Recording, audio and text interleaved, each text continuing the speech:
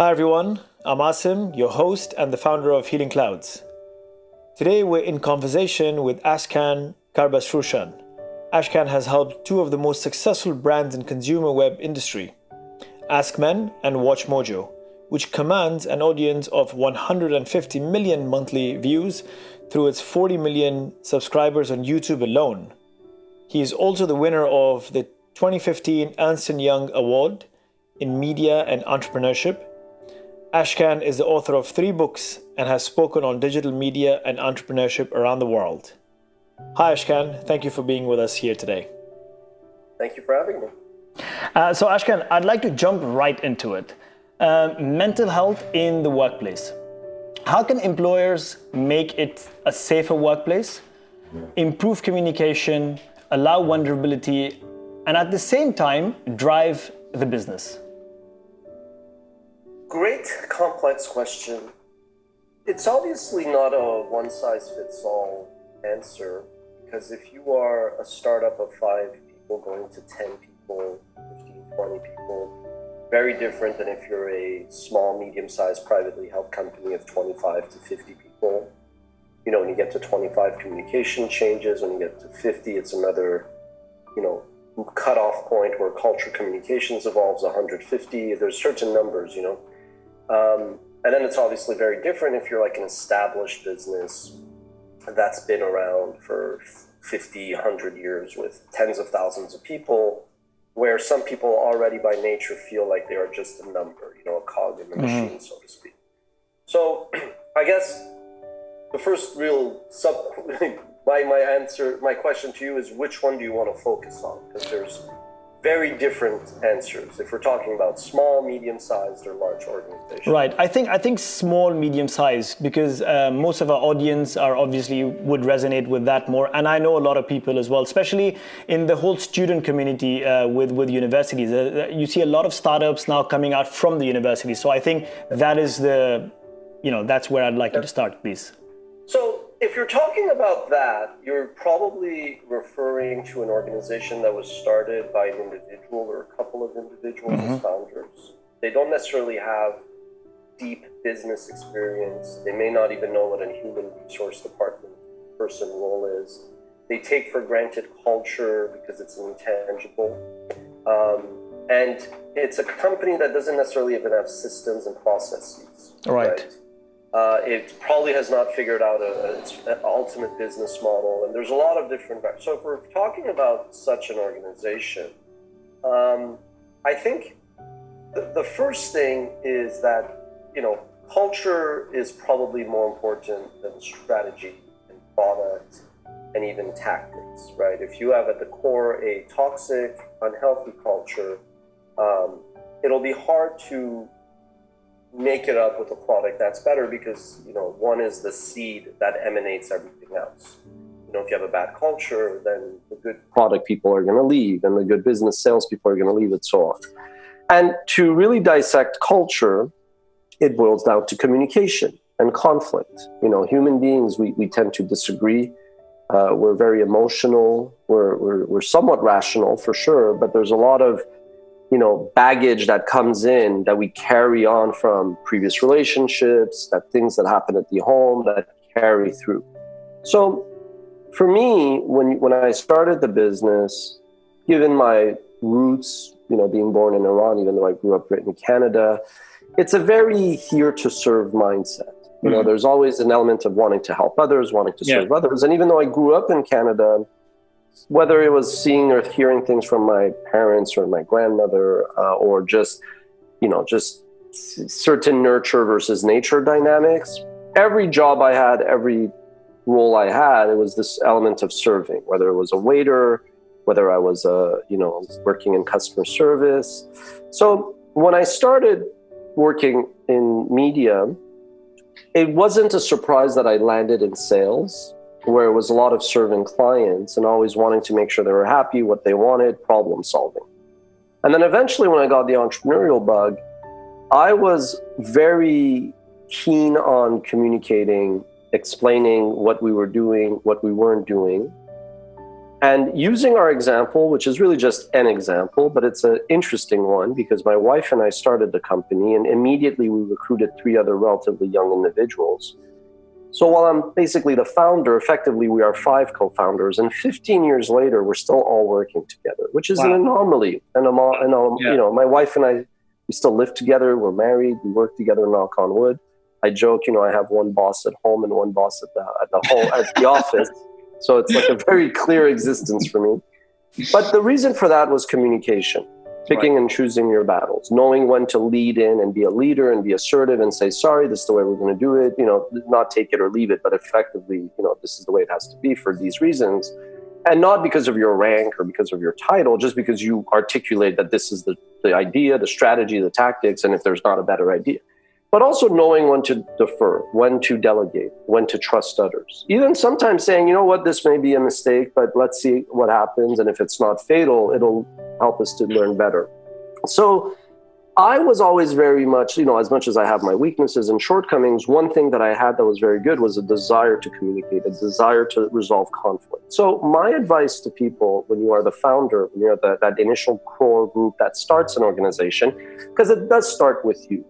You know, your product may come up from an individual that's not a founder. Your sales will probably come from an outsider. But ultimately, the vision, the mission, your statement of purpose, which are all different things, but ultimately, mainly the morals, the principles, how you decide what to do to resolve conflict. There's always the temptation, right, of good versus evil, giving into the so-called dark side, greed, you know, all those, you know, so-called sins. So it boils down to you. So you have to be very open to communicate in conflict. Now, you might say, well, look, a lot of founders tend to be introverts and they're not necessarily, you know, open to that. They run away from that, which then means as much as you hear startups, advisors and entrepreneurs and investors say you have to complete your skill set, that is not limited to, oh, I'm a product guy, so let me go get a marketing guy, or I'm a sales guy, let me go get an engineer. You do need somebody that likes to hear people's problem and discuss it and come up with solutions in a non-political, you know, that is as critical as a strong technical guy, you know. So if I was, and I've started to invest and advise startups, I've advised startups and entrepreneurs for pretty much ever, but like even when I start to invest, I kind of try to look for that person to say, well, who's the person who is effectively playing the hat of a chief people officer, chief, you know, like a human resource person who ultimately isn't necessarily here to know like, okay, what form to fill out for the government to get this benefit or that, you know, health plan, but just more about conflict resolution. Because if you have that from the get-go, when you add new employees and they come in, they see that, oh, communication is key, conflict resolution is key. They don't let things drag out where then somebody leaves and it's toxic. Now, there's a trade-off.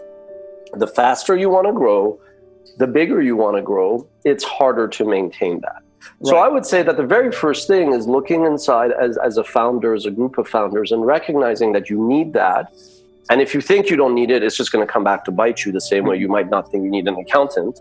And then so understand that is important. Like that is as important, you know, as like if you know, you may not see your heart, but if you don't have your heart, guess what? You're not going to live, you know? So it's just as important. And then so that was the first step. To then answer your actual question, it's just pattern, like the difference between intention and how people perceive your intention are your words and actions. So if you say we care about people, but you actually don't, like I care about people deeply. I like people to feel good. I like when people are over, I want to feed them, give them food and drink and make sure that, you know, are you cold? You see that in me. It's like I'm neurotic about making sure people are comfortable and all. But that also means sometimes I will say things that people don't like to hear. And the reason for that, it's not because I want to be abrasive. It's not because I want to be, you know, I may say privately, I may say, it's because I could see that this is going to percolate into a bigger problem. So I'll just come and be like, hey, look, I wasn't expecting this. This is not acceptable. And admittedly, you may lose some people, but, and I hate to say this, it is better to lose those people early on, because then that leads to a toxic culture. Correct. I mean, understanding the fine line as well, because it's interesting. I mean, you put your people before anything else, and it's really important to to take care of your people, but also putting that fine line where if you have to let go of somebody or if you have to put your foot down, you should be able to do that as well. Because sometimes you perhaps maybe are too nice, and then you're taken advantage of. So I think having that fine line is also important. Absolutely. People who say if I had to do things again all over, I wouldn't do anything differently, they're either lying or they're naive, right? I mean, look, I agree that I am here today, and I'm very happy, I'm blessed. But I'm here today because of every decision, every action, every word I've said. It's the culmination of those things. So if I had to choose one thing to do differently, maybe I'd be in a worse spot. Maybe I wouldn't have my wife, my 2 daughters. So I wouldn't change anything in that sense, sure. But obviously I would learn from, and if I was in that same situation going forward, I would do things differently. There's so many things I do differently in the context of strategy, life, picking out a wardrobe, what food I ordered, the apples I picked. But just in the context of this conversation, absolutely.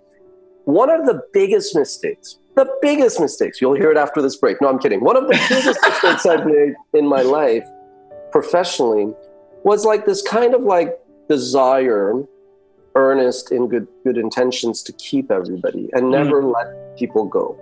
We've let a few people go, but the same way that the 5 co-founders are still there, we've probably hired 75 people. We've had 10 people leave, let's say 15 people leave, 5, we let go, 10 people quit. Like the numbers are staggeringly positive, like very little turnover, overall high retention. And not to be mean to anybody, maybe the fit wasn't there, but more keeping the right people, not that the right people versus like good or bad, but just the right fit. Sure. So like when I look at my record as a leader, I'm very proud of who we've kept and how we've kept them. But a mistake I did was sometimes if I hired somebody, these are random names. We hire, Harry to work in a department. And that department is to sell leather shoes. Nobody wants our leather shoes, but then I go, okay, you know what? Why don't you instead we'll keep you to sell leather belts because it's leather as well. And he goes, oh, okay. We're doing him a favor. He thinks he's doing us a favor. 3 months later, nobody wants our leather belts either, and he hates belts. He was really passionate about shoes, let's say. Would have been better for me to make him sell sports shoes instead of leather belts. You know what I mean? Correct. You think you're doing everybody a favor. It's like a relationship where the 2 people don't want to be together. But then eventually he quits. So Harry quits, and then 6 months later, somebody goes, oh, well, how do you feel about the fact that Harry quit? And the truth is, harsh as it is, I'm like, well, Harry quit not because we suck as an organization, but because he wasn't a fit. Yeah. We should have let him go. But by keeping him on, you drag on a miserable situation, like to be like extreme. You actually hurt culture. You're sending a weird communication. You now all of a sudden have all this inventory of leather shoes and leather belts and leather hats that you don't need. And it actually sends a weird message that both you kept somebody that you should not have as much as you push for meritocracy, but that somebody quit. So you might be doing something wrong. So now, at the end of last year, I was like it was the end of the decade, and I really like retrospected a lot, And I was kind of myself sometimes, as a very driven, competitive person, you get, for lack of better words, depressed. Maybe not clinically depressed. I'm not a psychologist, but definitely that's depression. I'm down. I'm upset. Despite all the success you have, despite all the wins and the goals you score, like I'm an amateur soccer player, I'm a striker. I want to score everything and I want to win every game. It doesn't happen. Even if you score a hat trick and you win 3 games out of 4, correct. With friends, you think of that last goal you didn't score in the one game you lost, and it's crazy to think like that, right? But so last year I would kind of let people go if there wasn't a fit. And I was like, look, I wouldn't give them the cliche of I'm doing you a favor. And it's hard to let people go. But you just realize that it's fundamentally better to just recognize when it's not a fit and not delay the inevitable. So one of the biggest mistakes I've learned is not to delay the inevitable. If something is not working in a relationship, if something is not working with people, just part ways. It's near-term pain, but long-term, you're saving everybody a lot of grief. Yeah, I think I resonate with you on that as well, because maybe you're not doing everybody a favor, but you might be doing a lot of people a favor. Of course, you are doing a favor to your company, but also to them. Maybe they, the sooner they come out from your company, the sooner they get, on their right path and their journey. And they need to go through that, right? I think, look, I hate to say it, this is overall, I'm 42, so I like to think I'm neither young or old. It's all relative. But it's a generation that ultimately has gone through certain things. I mean, obviously now with COVID, but before that, you could argue the financial crisis, the 9/11, and in other parts of the world, there's war been going on all their life. You know, if you are like in Afghanistan and Iraq, I mean, like you look at that and there's a lot of madness going on around the world, but it hasn't really been challenged and tested and, you know, put through like learning the ropes the way previous generations did. It is a generation that largely, because maybe they grew up around higher divorce rates and other, you know, things that affected them, you know, a high in the US, especially a lot of student debt, education that doesn't really help them. You know, it's been a lot of injustice to this, you know, sub 48 cohort, the millennials that everybody poops on. But I mean, it's a lot of it is unfair to them. They were told in the US, go get an education, go in debt, and then you come out, there are no jobs. And the only jobs seem to be like minimum wage practically, you know, so it's kind of an unfair reality many find themselves in. And I think we have to be realistic of that. But at the flip side, and I always see both sides, the flip side is like we've coddled them.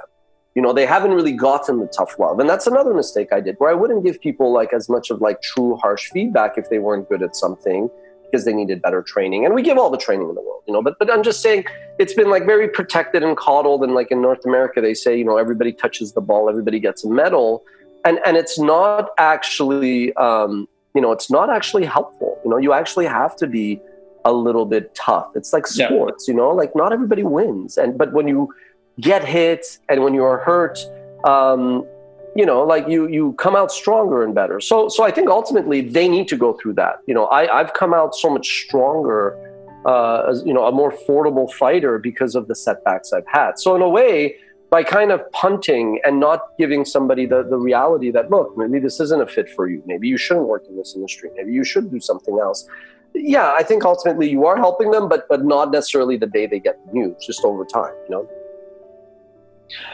You know, I read an interesting article you wrote on LinkedIn, and this is, I mean, it really caught my attention. You said something down the lines of no vaccine, no normal. So what is this normal, and how much of it do we want to go back to, especially in the terms of work culture? Yeah. So look, let me preface, I'm not a doctor. I did speak to a few medical professionals before writing that, but what was happening, just for context, was I was having a lot of live entertainment and sports executives actually ask me when we were just catching up, saying, okay, you're good at PR and communication, and you've always seen different perspectives. How can we actually reasonably expect to come back when other people who are not multi-millionaire athletes and billionaire owners are being asked to not come back? Like, you know, how do you get a comedy festival going? How do you get a sports tournament going? How do you get live shows and concerts going? Because we understand to say, oh, poor us and poor entertainers, the optics are not bad. That's frankly the context, because that article got read a lot, and you know, people need to know the context. So what I kind of said is I told them, I broke it down for them. I said, look, let me take you through all the steps. Like first, you have to identify people returning to work. You have to ask, do they have kids or not? Mm-hmm. If they have kids, what's the daycare, school, camp situation?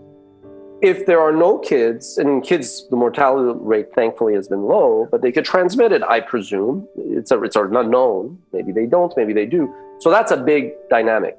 But then you got to go through, okay, retail. Some retail is just never going to come back, because I don't actually need to go in a store and buy toothpaste and buy shampoo. I mean, I don't know if I need shampoo, but the point is, you know, like. But you're right. The dynamics have changed. Yeah. The dynamics have changed. I may just order it. It's either delivered, or even if I want to go for a drive, I just go through a pickup and they put it in my car.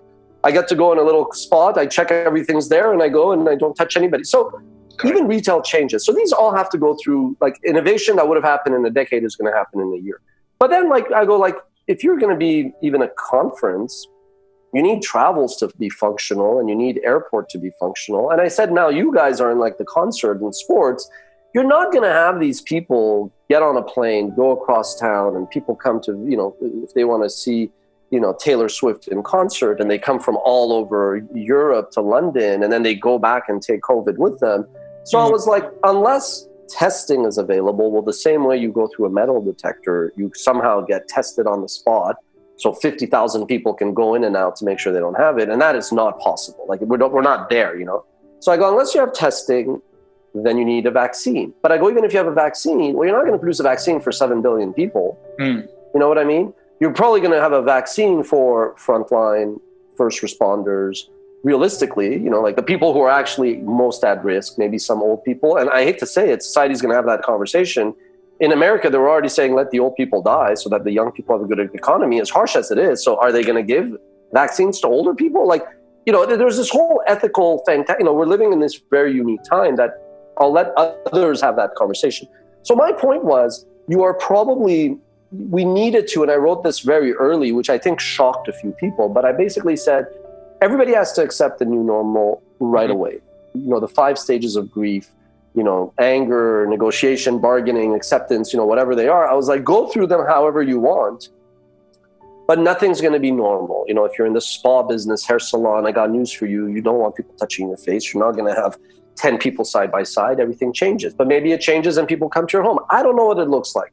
You know, you're going to have companies that maybe had an ethical, optical problem with having automation instead of cashiers, human beings. And they're like, oh, you know, like society has this conversation about, well, what's a, you know, universal basic income? What's minimum wage?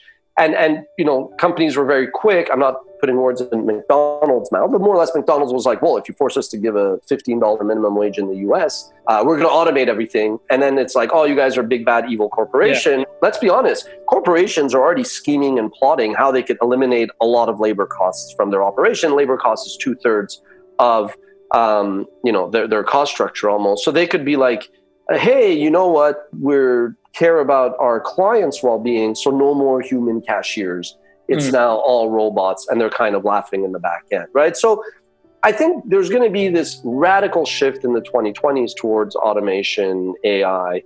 You know, retail is going to change. And so I think you as an individual have to ask yourself, if I used to work in a field and through this pecking order, I'm the last in line. And I do think concerts and sports events are the last in line. And before that, you may have, you know, cruises could even be further out. But before, you know, even conferences, business conference, so you're not going to get 50,000 people, like Web Summit. You're not going to get 70,000 people descending upon Lisbon from all over the world. Like realistically, Lisbon's like, yeah, no, thanks. You know, the economic boom is good when people arrive, but we don't want to be left with a resurgence of coronavirus, you know? So I think my point was, depending on that, ask yourself, do you need to reinvent yourself? Sure, the government's going to give people some form of income so that the economy doesn't totally crater, but you should be asking yourself, do I need to reinvent myself? Now, entrepreneurship is a path.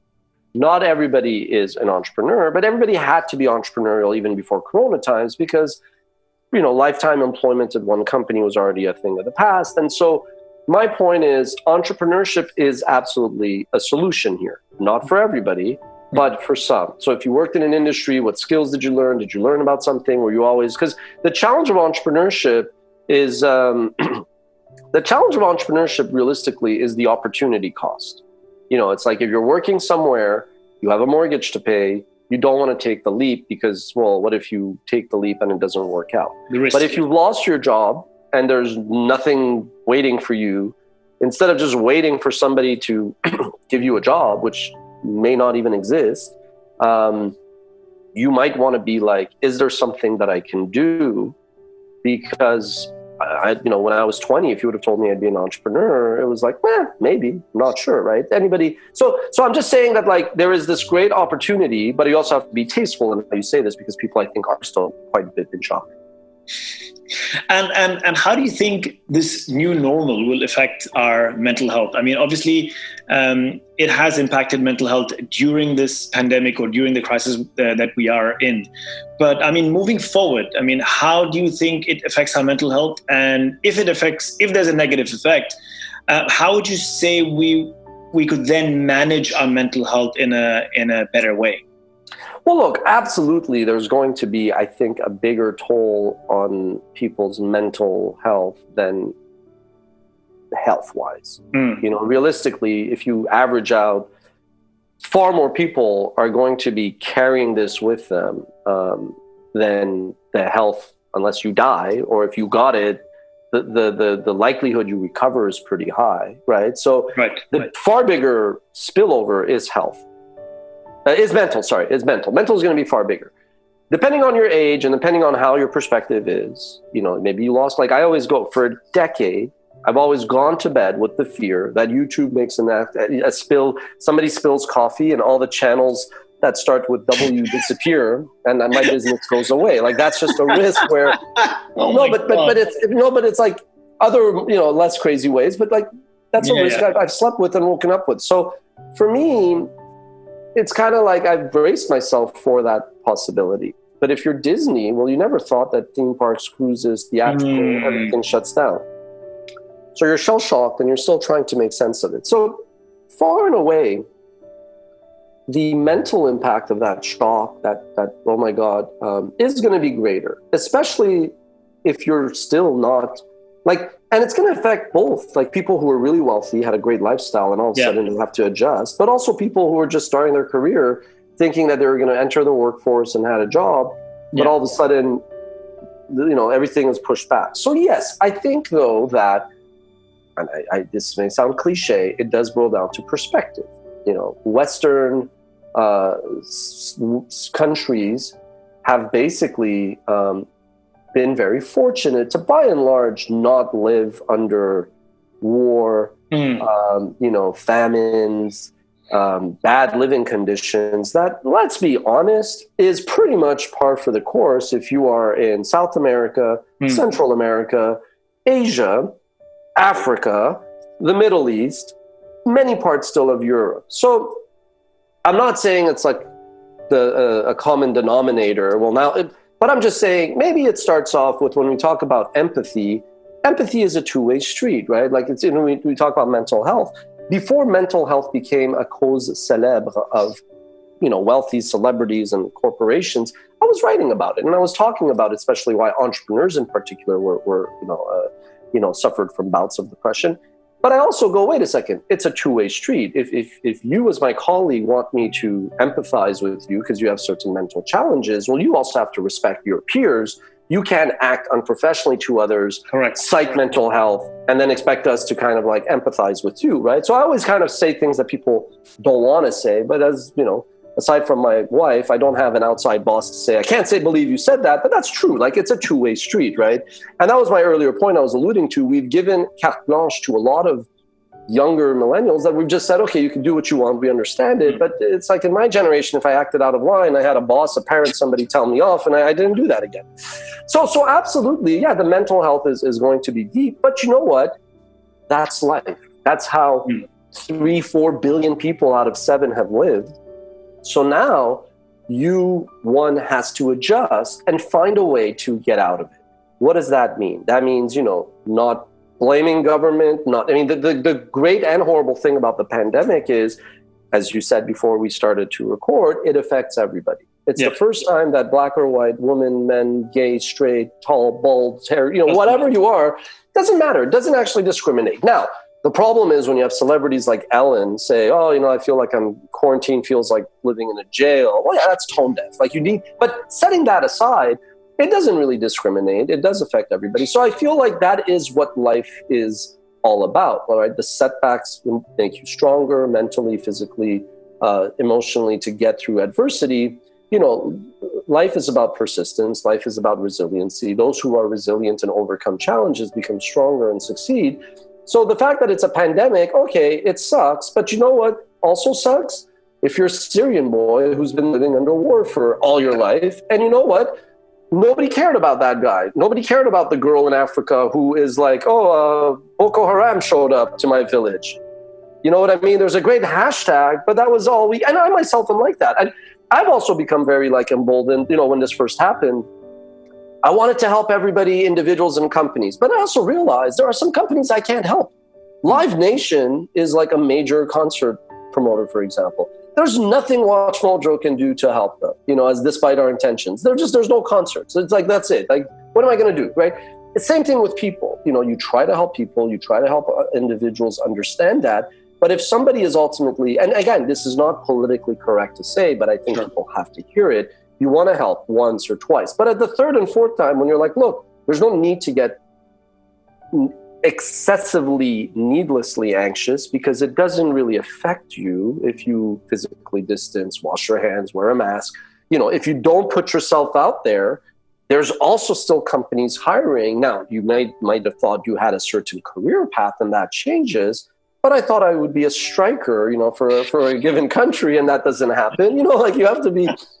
So I just feel like the mental health is there, but the mental health has always been an obstacle for generations through World War I, World War II, the Great Depression, what's going on in many countries. And then finally, economically, look, again, we live in a society in North America, where I'm based, where it's very highly conspicuous consumption.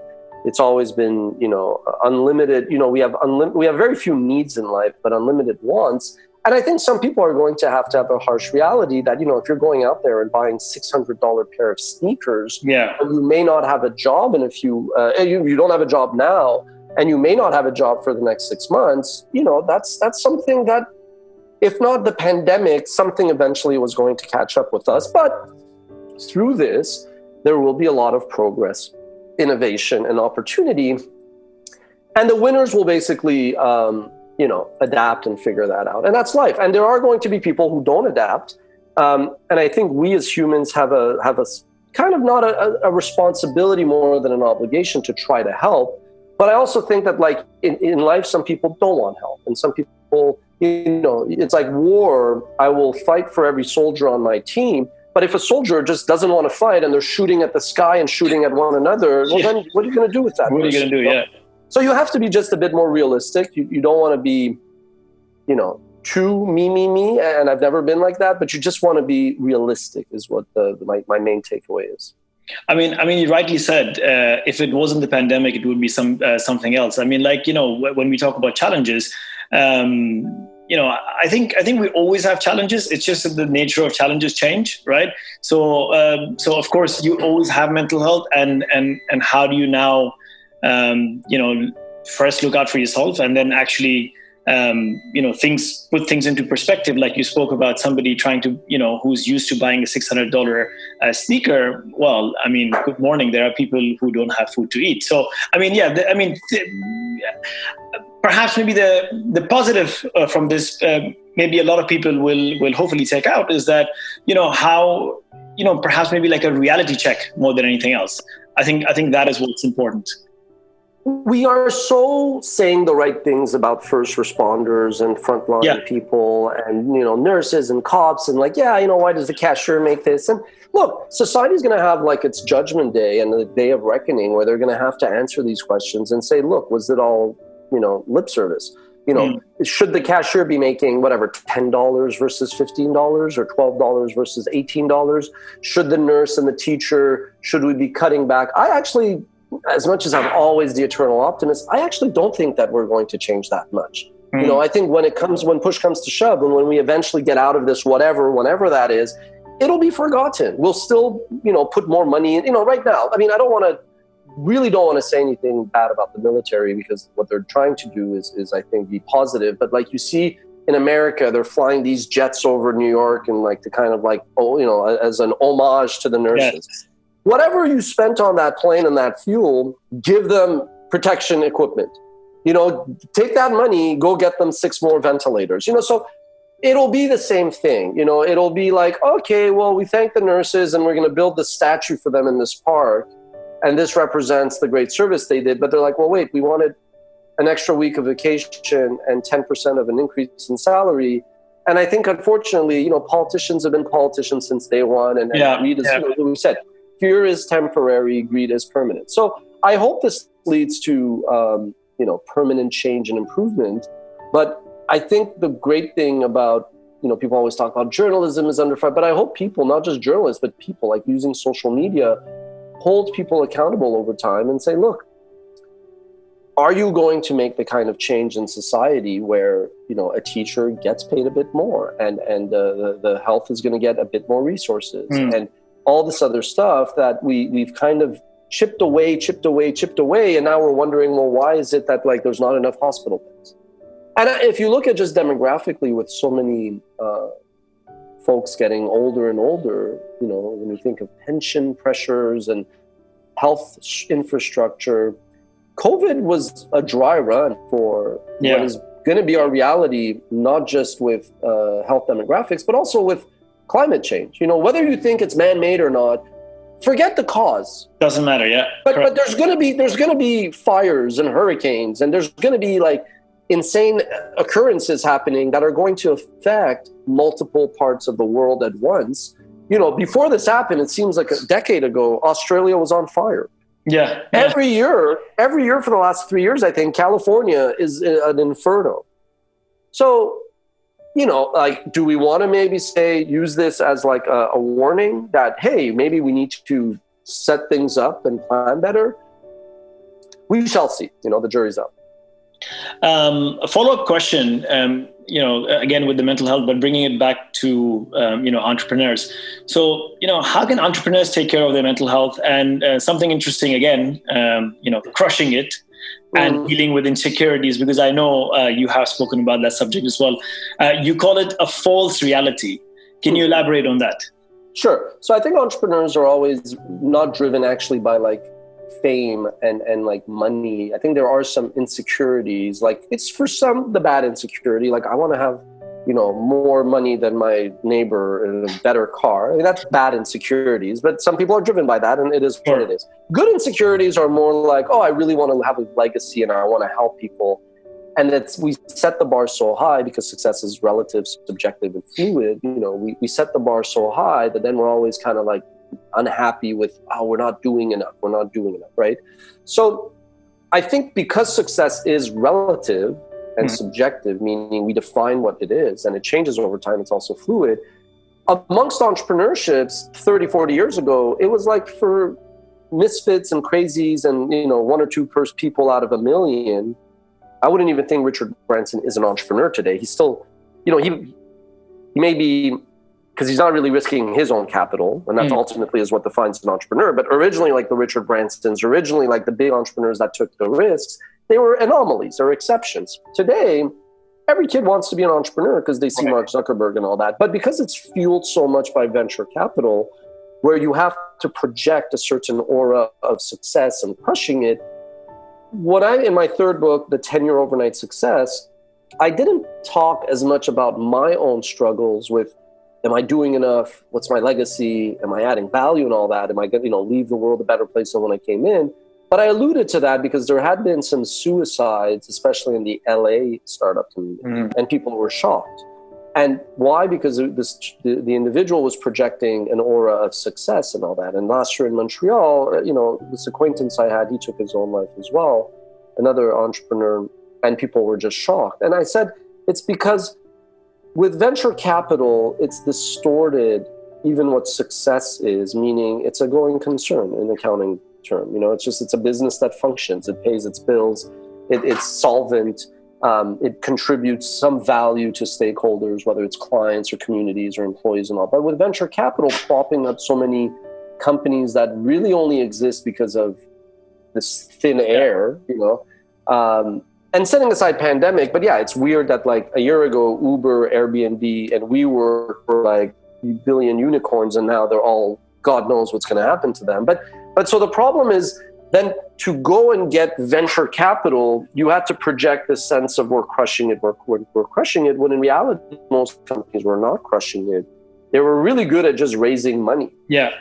So to more pure entrepreneurs, there's entrepreneurs, there's venturepreneurs who raise venture. There's entrepreneurs who keep talking about being entrepreneurs, but never actually take the risk. So to a more pure entrepreneur that basically just risks his own capital, starts a business, has to be profitable, it was always very hard because you just saw these companies raise so much money, and you had to stay focused and composed, and you had to have perspective. And I think perspective is really important to kind of say, let me block out the noise. Let me just see what is it that's important. And then the other one I feel is balance. Balance is not easy. Balance is not even a destination. There's no end point where you're at 50-50. It's never 50-50.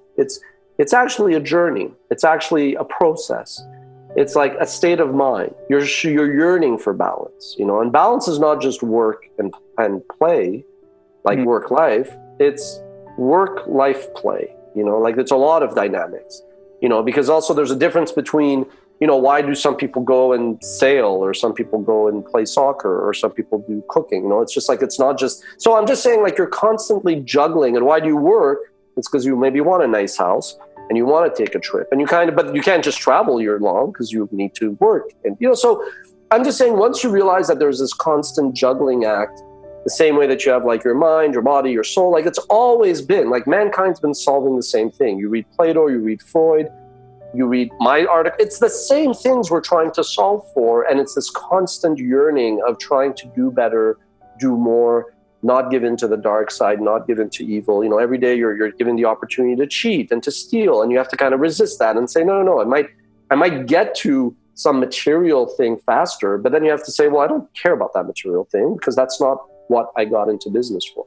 So once you kind of figure out that alchemy of variables in your life, then you have to kind of start to be like, hey, let me drown out the noise. I know why I got into business, why I went into an entrepreneurship. And you kind of like literally, and I think what COVID does is it eliminates some of that noise, that kind of distortion, and just like the background, it's a simpler time, right? Like, and I've actually been really happy overall. There's a lot of stress and anxiety, but I've been really happy. I'm at home. I see my kids a bit more. I like to cook, so I get a bit more time to cook. It presents a lot of challenges, and I think people have to find the good in things. You really, really have to be able to see the good in things. And I think hopefully that's the main takeaway for many people.